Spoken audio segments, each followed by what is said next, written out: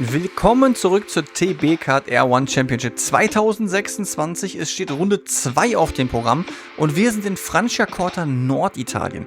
Das hier ist nicht irgendeine Strecke, denn das ist der Austragungsort der FIA Kart Weltmeisterschaft 2025 in der Schalterklasse. Ja, was für eine Top-Anlage, ein professionelles Setup, perfekte Bedingungen. Diesmal hat uns das Wetter nämlich nicht im Stich gelassen. Ja, das Format kennt ihr bereits. Samstags Endurance 10 Stunden. Niklas und ich sind wieder am Start. Niklas kennt ihr ja hier aus dieser Szene bereits. Niklas! Und Sonntag ist wieder Sprintrennen. Das heißt, da bin ich wieder alleine. Kurze Sprint-Sessions, ja, und alles oder nichts. Genauso wie in Ottobiano, nur halt ohne Regen. Aber was schief gehen kann, ja, das entscheiden wir diesmal selbst. Fangen wir an.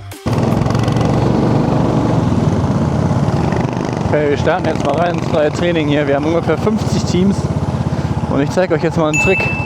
Denn ich möchte alleine fahren, ohne Windschatten. Weil ich möchte gucken, ob unser Kart gut ist. Denn wir müssen hier wieder den Reifendruck testen. Jetzt wollen natürlich alle mit mir Windschatten fahren, aber ich möchte ganz alleine fahren. Weil wenn ich jetzt hier, der Windschatten haben wir gestern gesehen, ist circa eine gute halbe Sekunde auf jeden Fall. Und ich möchte einfach sehen, wenn ich hier die Reifendruck ändere, ob das besser oder schlechter wird. Wenn ich jetzt mir im Windschatten eine Runde verfälsche, in Anführungsstrichen, macht das keinen Sinn, ne? Weil dann kann ich das nicht reproduzieren.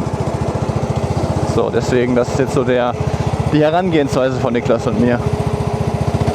Naja, die Herausforderung lag natürlich dann darin, den perfekten Druck zu finden, denn tagsüber müsst ihr euch vorstellen, fahren die ganze Zeit die Schaltkarts und Rennkarts da und lassen unheimlich viel Grip auf der Strecke. Das heißt am Ende, auch wenn unsere Karts ja ungefähr 18 PS haben, fühlt sich das Ganze etwas verloren an auf dieser großen Strecke. Und man hat permanent damit zu kämpfen, dass man ja eventuell zu viel Grip hat. Also das heißt, dass man aus den Kurven heraus klemmt. Oder dass man eben zu wenig hat und man fängt leicht an zu rutschen. Also man muss immer irgendwie diesen Kompromiss dort finden. Und gerade auf dieser unglaublich großen Strecke und weitläufigen ist das wirklich gar nicht so einfach. Ja, ich habe jetzt gerade mal Gas gegeben. So schlecht hat es jetzt nicht angefühlt, ne? Auch wenn ich jetzt hier die Gerade runterfahre, fühlt sich nicht so schlecht an.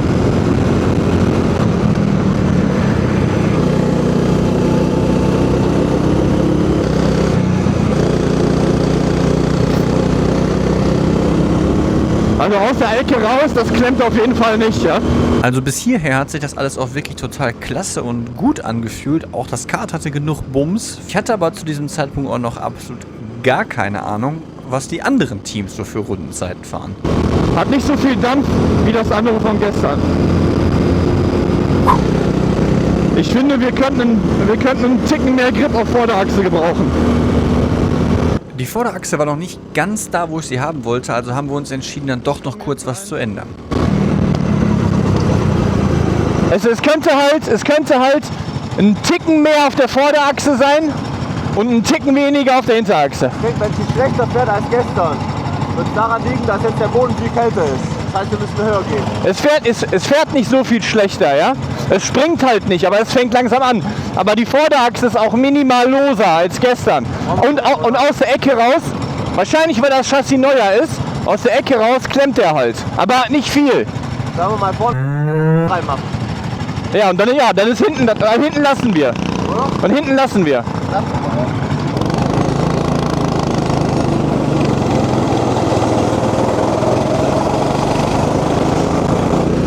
Naja, und wie beim letzten Mal haben wir ja wieder nur eine Stunde freies Training und Niklas muss ja auch noch fahren, um irgendwie ein bisschen Rhythmus zu finden fürs Rennen. Das heißt ja, uns ist wieder die Zeit davon gelaufen und die Änderung muss eigentlich jetzt schon passen, dass Niklas den Rest vom freien Training fahren kann. Ich fahre jetzt über Startziel. Ich fahre jetzt über Startziel. Also ich habe auf jeden Fall mehr Druck auf Vorderachse, ja?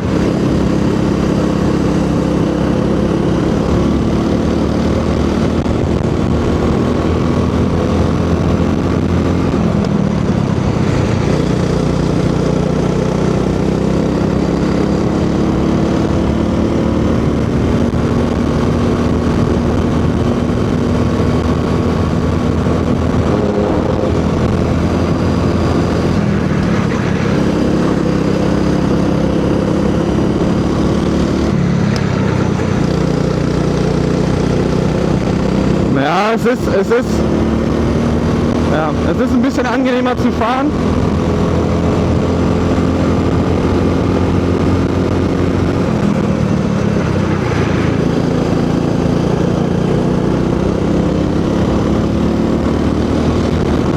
Bin jetzt eine Zehntel schneller. Immerhin, ne? Also vom Setup konnten wir jetzt nochmal eine Zehntel holen, aber mehr war da wirklich nicht drin. Und zwar natürlich klar, dass wir mit Windschatten dann nochmal 3-4 Zehntel holen können. Aber ja, Niklas hat mir am Funk durchgegeben, dass die vorne irgendwo 1.039, 1.038 fahren.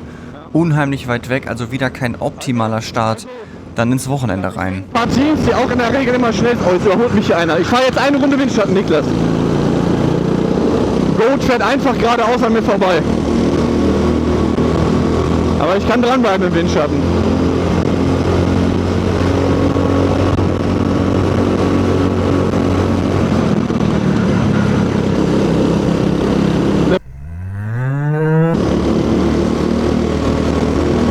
Also wir kommen aus der ersten Ecke raus, minus 0,18. Oh Junge, was geht das Ding von denen?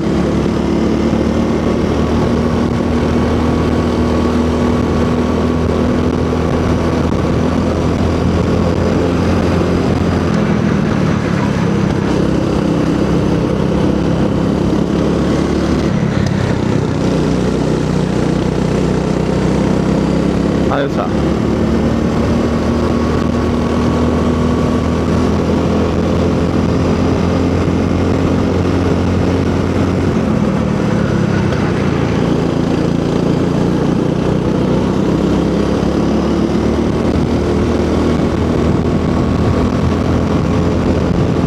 Aber ich bin ja jetzt 2 Zehntel mal eben geholt in einer Runde. Ich komme jetzt rein.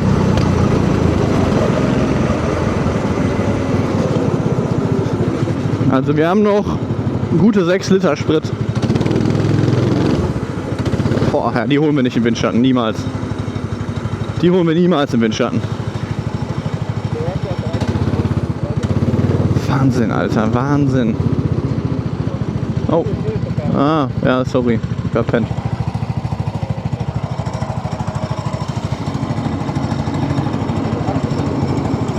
Ja, das fährt überragend gut. Mal gucken, was du sagst. Aber dann sage ich dir, dann fehlt der Bums in der Karre, ja. Ja, der schießt schon krass raus. Aber das wird das sein. Das Chassis ist neu und die alten werden frei aus der Ecke laufen, ja.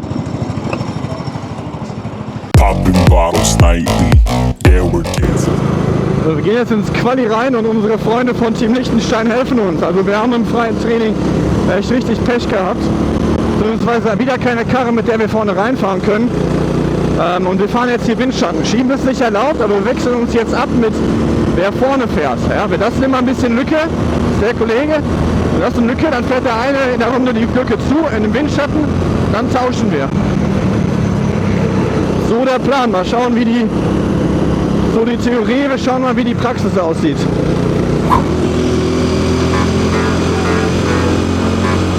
Let's get it.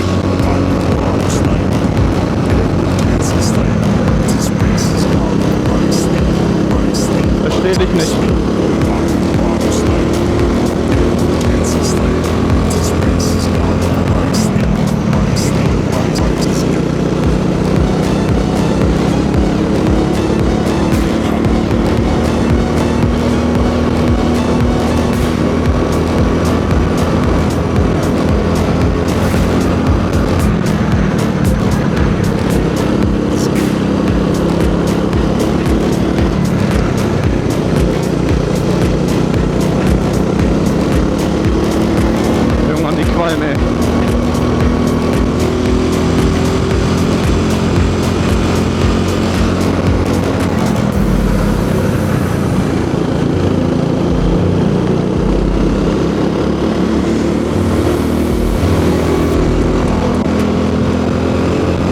Jetzt tauschen. Also so eine Nummer bedarf natürlich irgendwo perfektes Timing, dass man in der In-Lap so viel Platz lässt, dass man in der fliegenden Runde quasi auf Start und Ziel aufschließt. Dann hat man den perfekten Windschatten genutzt. Wie ihr sehen könnt, lässt er mich jetzt wieder vorbei. Dann machen wir genau das gleiche Spiel, nur andersrum, dass ich ihm eben den Windschatten gebe. Nochmal zur Erinnerung, Schieben ist nicht erlaubt und das wird sofort mit Bestrafung geahndet. Also die schnellste Runde wird dann gelöscht. An dieser Stelle kann ich aber auch sagen, dass das meine persönlich beste Runde in diesen 8 Minuten Qualifying schon gewesen ist. Ja, das war wohl nichts. Ich weiß nicht, wo wir stehen. Wo stehen wir, Niklas? So schlecht, ja? 15. Ja. Weiß ich nicht. 27, ja, ist ähnlich wie letztes Jahr. Ja, eigentlich hätte ein Quali nicht besser laufen können. Also das war perfektes Teamwork, aber gut, es war nicht mehr drin. Das heißt, ja, jetzt gehen wir mal in den Start rein, denn das wird wirklich spektakulär. Junge, das wird jetzt wieder so wild, ey. So, da wollen wir mal. Das ist halt bitter, wenn da jetzt die ganzen Karten stehen und du musst da hinten irgendwo einsortieren, ne? Das ist, das ist auf jeden Fall jetzt eine wilde Nummer am Start.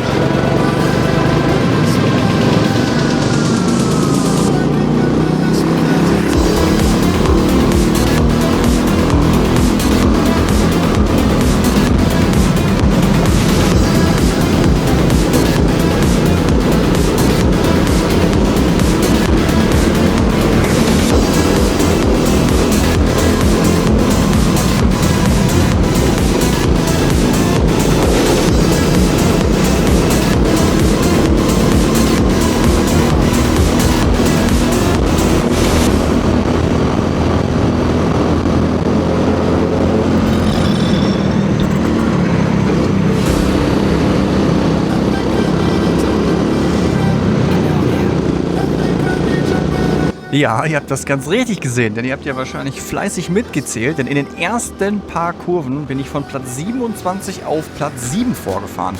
Ich habe einfach die Lücken genutzt, die da waren. Ja, ich habe gedacht, hey, danke für die Einladung, ich fahre da jetzt rein. In der einen Ecke war natürlich auch ein kleines Risiko, da hätte ich mich auch irgendwie einhaken können und dann dabei auch abfliegen können. Aber so what, hat funktioniert. Und jetzt mal gucken, wie weit es noch nach vorne geht.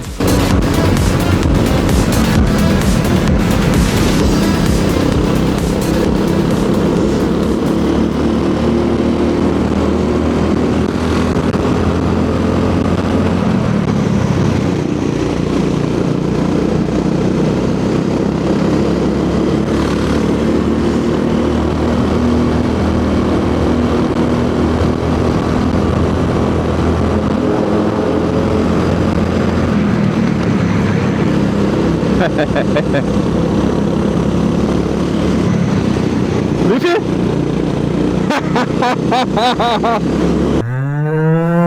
Und ich habe keinen weggeschoben.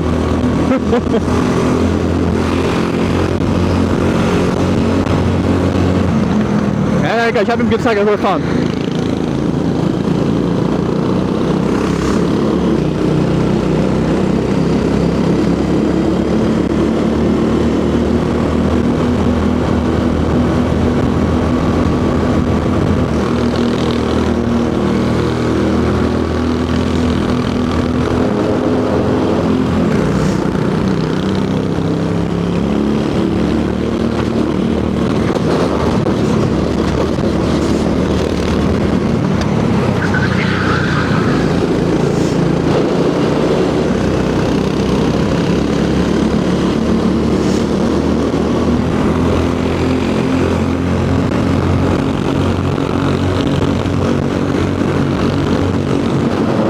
Ja, Dennis hat einen grandiosen Job gemacht in der ersten Runde, von 27 auf 7 gefahren. War richtig, richtig gut. Leider kann das Kart nicht vorne mithalten, deswegen sind wir jetzt wieder auf 19 zurückgefallen. Aber wir sind auf jeden Fall noch nicht weit weg. Jetzt müssen wir uns mal überlegen, wie lange wir das Kart fahren möchten. Wir können das Kart insgesamt 4 Stunden fahren, aber macht bei dem Kart wahrscheinlich keinen Sinn. Ja, solange wir zum Windschatten mitfahren können, wollen wir auch versuchen, den Tank leer zu fahren, dass das Kart noch ein bisschen schneller wird. Werden wir wahrscheinlich fahren und sobald da ein bisschen bessere Karts in die Box reinkommen, werden wir tauschen müssen. Weil wenn wir so weiterfahren, dann verlieren wir auf jeden Fall. Und die Wahrscheinlichkeit, dass wir noch ein schlechteres Kart kriegen, ist nicht so hoch. Im Qualifying waren wir nur 5 Zehntel hinten. Da sieht man halt einfach das Fahrerfeld, die Leistdichte der Karts. Bei 5 Zehntel hinten ist man einfach auf Platz 27. Das ist halt schon echt der Wahnsinn. Und dann geht's mal gleich los für mich. Ja, nach einem wirklich perfekten Start, und ich weiß nicht, ob ich jemals schon so viele Plätze in einer Runde gut gemacht habe, lief es dann in dem Turn nicht mehr ganz so gut. Wie ihr gerade gehört habt, bin ich wieder weit zurückgereicht worden. Jetzt fahren wir in den ersten Boxenstopp rein und der ist wirklich rennentscheidend. Ihr werdet gleich sehen, warum, und ich werde es dann auch nochmal separat erklären.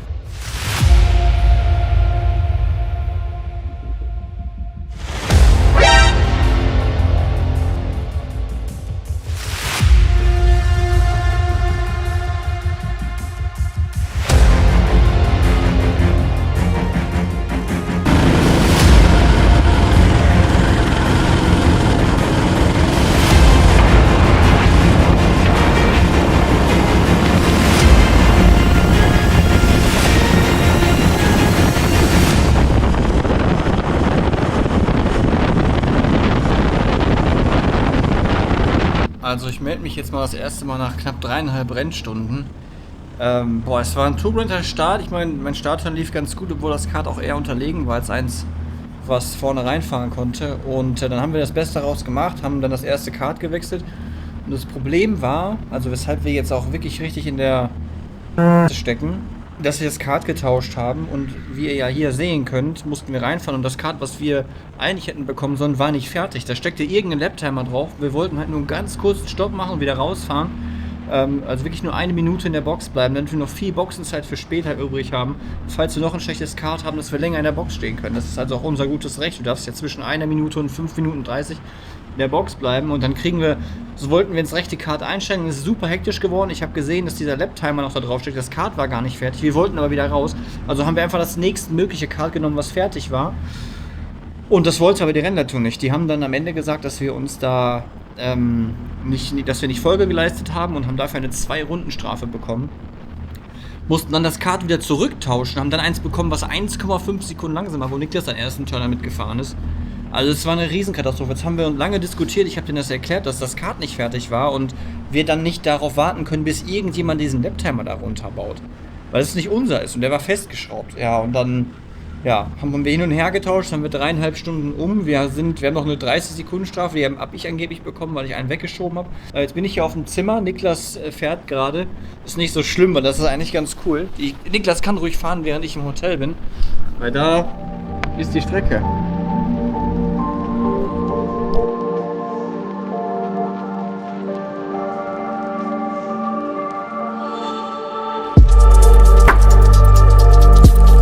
Und damit springen wir jetzt auch ans Ende des Rennens, denn ich kann euch an dieser Stelle keine spektakulären Szenen mehr zeigen. Die 2 Runden Zeitstrafe, die wir bekommen haben, konnten wir dann noch auf 45 Sekunden reduzieren, weil wir eben beweisen konnten, dass das nicht so gewesen ist, wie die Rennleitung das in diesem Moment interpretiert hat. Naja, so richtig happy sind wir damit natürlich nicht. Ja, also das war's. Am Ende jetzt P6 mit 53 Sekunden Rückstand auf Platz 1. 45 Sekunden Strafe haben wir bekommen. Zweimal, richtig Mist gehabt mit den Karts. Keine Ahnung, also Sieg war drin, mal wieder. Und wir kriegen es nicht hin. Vielleicht haben wir uns auch zu blöd angestellt, vielleicht hätten nicht in der Szene das Kart nicht tauschen dürfen, ich weiß es nicht. Aber fühlt sich irgendwie uncool an. Niklas ist natürlich auch nicht happy. Wir holen ihn jetzt mal ab und dann gucken, was er sagt. Wir haben 53 Sekunden Rückstand auf 1. Hab ich gesehen, Scheiße, Und was sagst du jetzt? Ja, Schadensbegrenzung. Ja, war mehr drin, ne? Nachdem wir nach 4 Stunden eigentlich gar nicht weiterfahren wollten, am liebsten. Ja, aber ist halt so.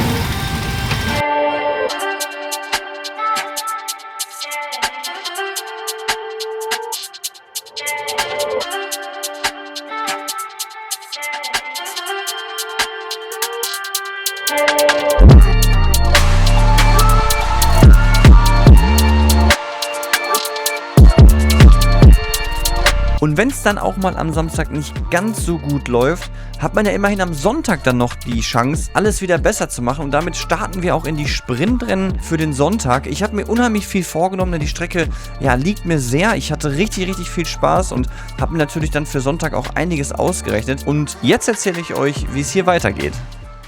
Also ist jetzt Quali, paar Runden, ich weiß gar nicht wie viel und dann ist direkt Rennstart. Und fürs Quali gibt es auch schon Punkte für die Gesamtwertung heute. Wichtig ist hier eine Runde mit Windschatten zu bekommen, sonst steht man echt ziemlich doof da. Viel Verkehr auch. Ein bisschen nervös bin ich auch. Das heißt nervös, Druck halt, ne, in so einer Situation. Auch wenn man das sich jetzt in dem Fall schon recht häufig gemacht hat, aber so ganz easy mit 70er Puls stehe ich mal jetzt hier nicht.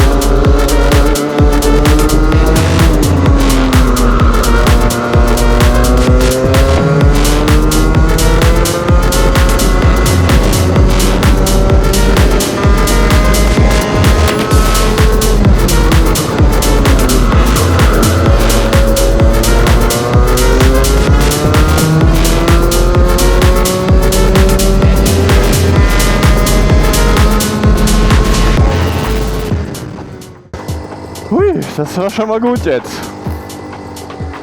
Jetzt heißt es gleich 9 Runden racen. Hier muss man aufpassen mit dem Jumpstart, weil es sind rote Ampeln, jetzt wird keine Flagge geschwenkt. Und ich glaube, die filmen dann den Start auch.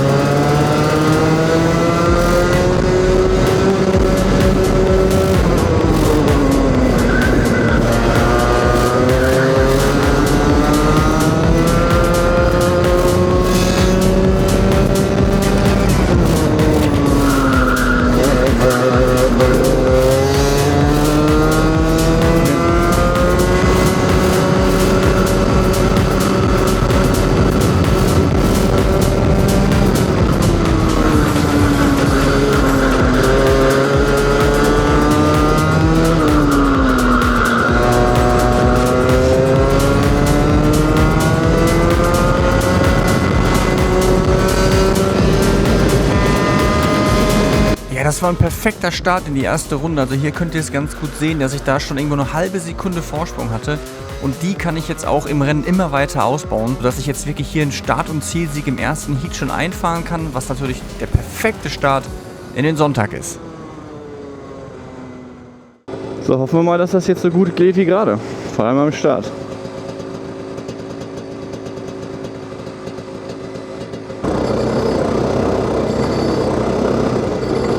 Na, irgendwas schleift hinten, Kette oder so. Hört man ja jetzt. Es klingelt da. Naja, einmal noch muss das Ding halten jetzt.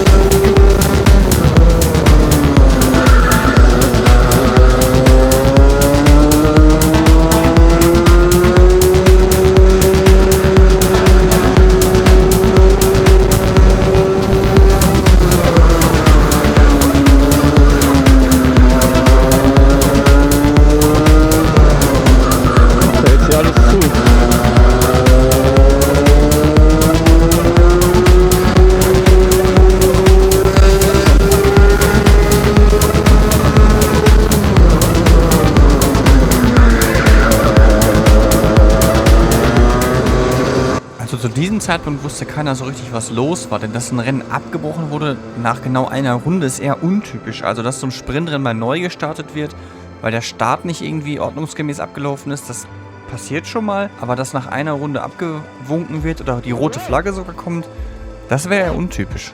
Oh, anscheinend ein Unfall. Hoffentlich nichts Schlimmes, ey. Ui, jetzt muss noch Krankenwagen kommen. Hoffentlich ist nichts passiert. Ja, sowas ist immer zeigt doch einfach, dass das hier auch nicht ganz ungefährlich ist. Also die Strecke ist ultra schnell, auch wenn wir Rotax Junior fahren, das ist schon, schon zügig. Und dann hast du natürlich hier in so einem Feld dann auch ein paar Unerfahrene so, die, ja, man sieht jetzt kein Rundumschutz so, wenn du dich da einhackst, dann, kannst schnell mal weggehen. Und um für euch die Szene mal aufzulösen, es hat halt einen ja doch schwereren Unfall gegeben. An dieser Stelle möchte ich gar nicht zu sehr darauf eingehen, aus Respekt vor dem Fahrer. Es ist aber nichts passiert. Also zum Glück war der Krankenwagen sofort da, der wurde durchgecheckt, der wurde sofort ins Krankenhaus gebracht, wird von oben bis unten gecheckt. Es ist alles in Ordnung und das hat mir dann auch wirklich ein gutes Gefühl gegeben, dass bei dieser Veranstaltung alles safe ist. Also es wird sofort geholfen, ärztliche Versorgung ist alles gegeben und wir konnten dann nach gut 1,5 Stunden Unterbrechung weiterfahren. Ich zeige diese Szene aber doch irgendwo bewusst, denn ich habe tatsächlich aktuell das Gefühl, dass gerade so im Leihkart-Sport es irgendwie sich in eine falsche Richtung entwickelt. Also dass immer weniger Respekt füreinander gerade im Start da ist, also dass immer weniger gebremst wird oder den anderen Fahrer respektiert wird und immer mehr Risiko genommen, eben dass solche Situationen dann mein Gefühl nach häufiger passieren.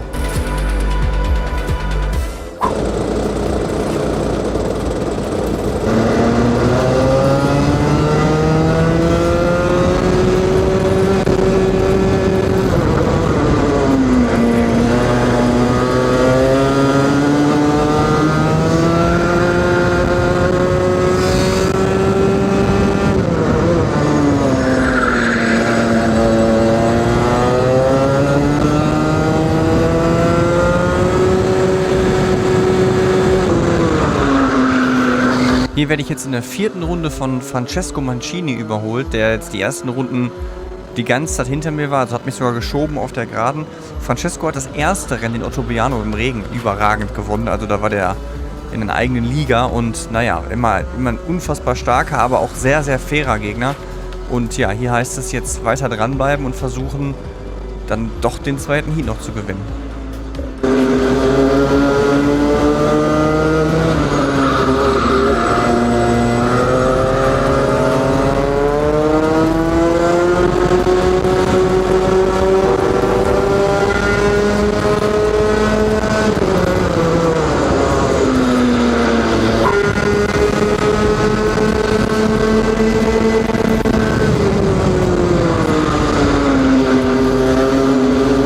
Ich habe mich ganz bewusst dazu entschieden, Francesco während des Rennens an den letzten 6 Runden nicht anzugreifen, denn die Strecke ist so groß und es gibt so viele verschiedene Überholmöglichkeiten. Das hätte uns gemeinsam ausgebremst, das heißt Platz 3 und 4 wären vielleicht nochmal rangekommen und ich wollte mir die eine Chance in der letzten Runde geben, um da nochmal den Move zu starten und dann auch final vorne zu bleiben.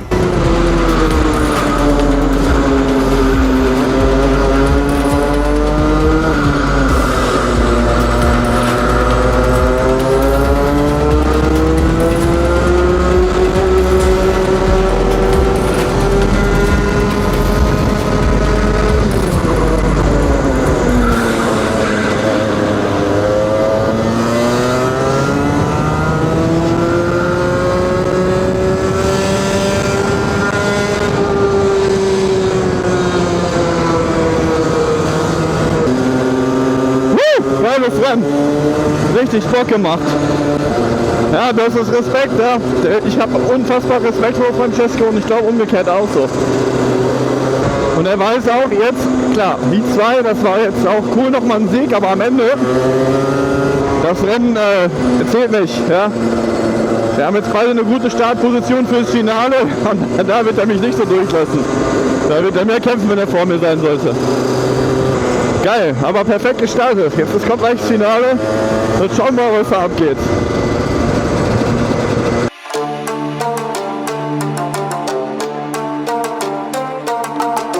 Ja, richtig. Wir starten jetzt direkt ins Finale. Und für mich lief es an dem Sonntag perfekt. Quali, Pole Position. Rennen 1, Sieg. Rennen 2, Sieg. Aber ich starte im Finale dann doch von Platz 2, weil jemand anders ähnlich gut oder besser sogar performt hat.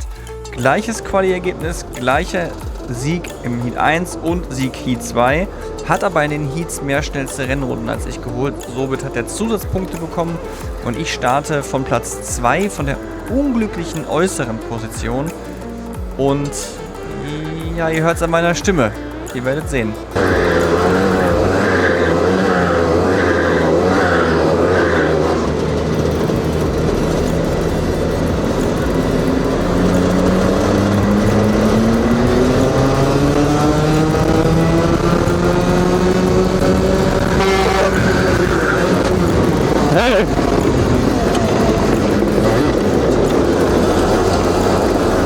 Und so schnell ist dann auch alles schon vorbei.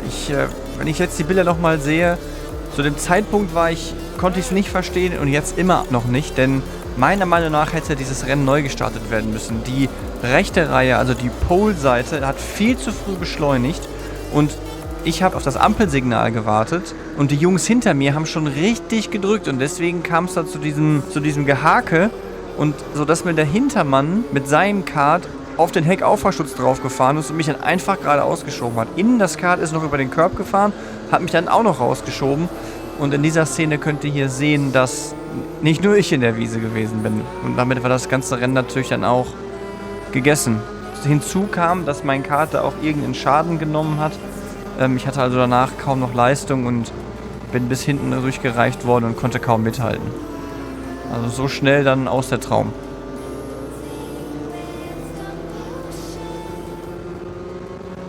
Am Ende passte dann an diesem Wochenende leider gar nicht so viel zusammen. Ich hatte mich Sonntag unheimlich gut gefühlt und naja, sonst gewinnt man auch nicht die beiden Heats und das Quali. War dann tatsächlich sehr enttäuscht über den Verlauf des Finals und auch wie die Rennleitung und alle das dann gehandhabt haben. Aber gut, nicht unterkriegen lassen. Ich freue mich auf Runde 3. Die ist auf einer sehr kleinen und technischen Strecke. Das liegt mir eigentlich auch mal ganz gut. Und dann schauen wir mal, dass wir es besser machen. Sowohl im Endurance als auch im Sprint. Ich bedanke mich an dieser Stelle wie immer bei euch fürs Einschalten. Ich hoffe, dass es euch wieder mal gefallen hat. An dieser Stelle noch ganz, ganz, ganz vielen Dank für die zahlreichen Klicks und Views und Kommentare für das erste Video, was auch gleichzeitig mein erfolgreichstes bisher war. Danke, danke, danke. Macht mir unheimlich viel Spaß so und ja, bis zum nächsten Mal.